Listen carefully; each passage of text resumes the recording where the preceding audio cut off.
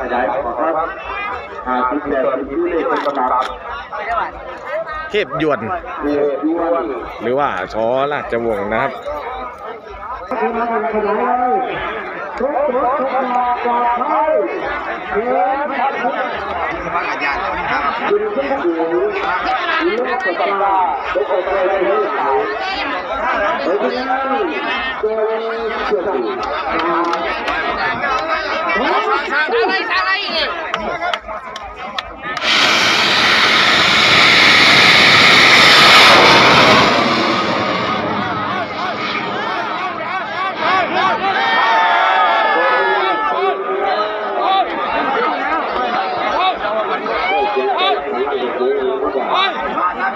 ว้ายคัดยอดขึ้นไปได้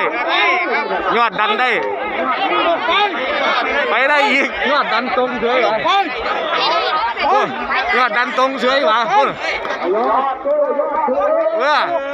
เป็นต้นน้อยครับนี่บ่เอา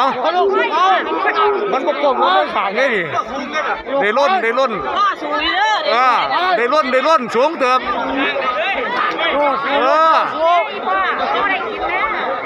สูงเติบโยกไป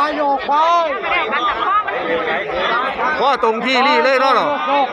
ล่างไปยืนเบาๆลูกต้องมาแค่เราครับล่างไปเอาลุ้นกันไปนะครับวันนี้เบาๆลูก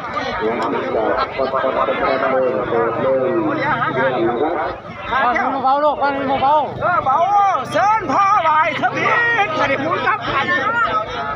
เรื่องอะไรปะไหนเลยหายขาดดิ